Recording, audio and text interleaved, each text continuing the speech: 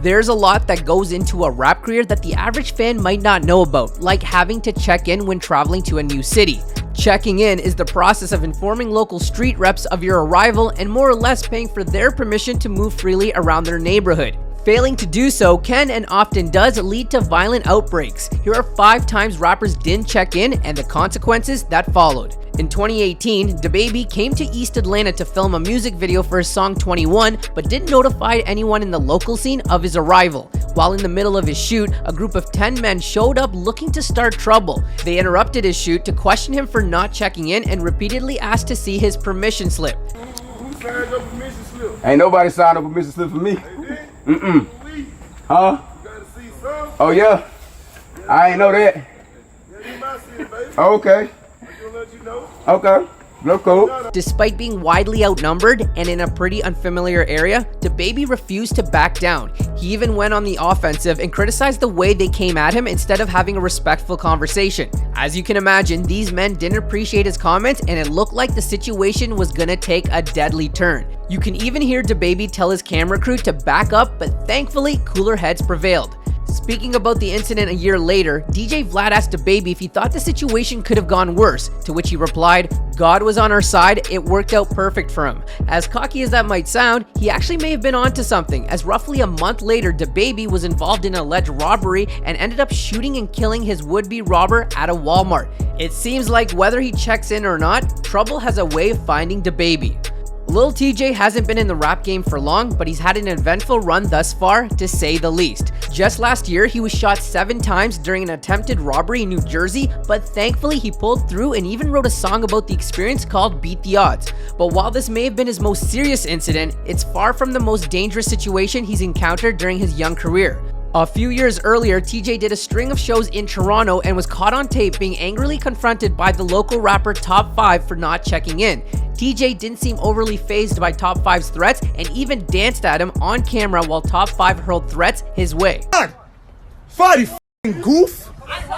But Tjay wasn't fazed and continued to post pictures and videos on social media, making his way through Toronto without any issues. Tjay then took it a step further and clowned Top 5 by exposing his alleged DMs, showing him begging to open for Tjay at one of his shows. It's pretty obvious now that the reason Top 5 pressed Tjay was that Tjay denied him as an opening act rather than Top 5 having the kind of street cred that would require someone to check in. But regardless, Top 5 is definitely not someone you want to mess with. He once openly told DJ Academics that he was Drake's shooter, and while we don't know if that's actually true or not, he's currently facing a first-degree murder charge in Canada, so it's safe to say anything is possible at this point.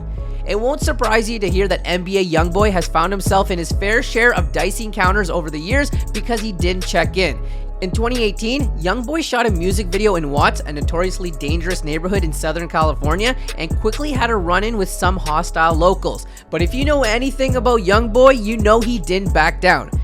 Hey, you heard me, Big E? I know who he is. Hey, you heard me, Big E? NBA, don't get scared, my boy. You in the city, boy.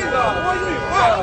What you said, boy? You ain't wild, boy. You ain't wild, boy. You good. I mean, you good right here, my boy. You ain't got to worry about nothing right here. As you can see in this video, one of these men appears to duck behind a car and drive away. This is allegedly in response to someone in YoungBoy's crew pulling out their gun. And while we don't know for sure what happened next as the video cuts out, that seemed to be the end of it. At least the end of that encounter. Later that same month, YoungBoy returned to Cali and once again neglected to check in. This time he was greeted by a member of the bounty hunter Watts Bloods who approached YoungBoy in the street and exchanged some threatening words, including telling YB while he bangs for fame, he bangs for real. You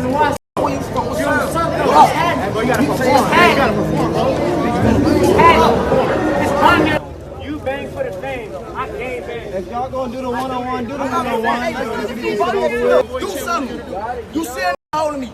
You bought that shit out for him then. Once again, nothing escalated further, but like last time, YoungBoy seemed ready for whatever happened next. 6ix9ine is one of the most infamous names in rap, and while he has a few hits to his name, it's his actions outside the booth that have given him the biggest spotlight. 6ix9ine is probably best known nowadays as the star witness in a massive RICO case involving the 9 Trey Bloods gang, of which he was allegedly a member.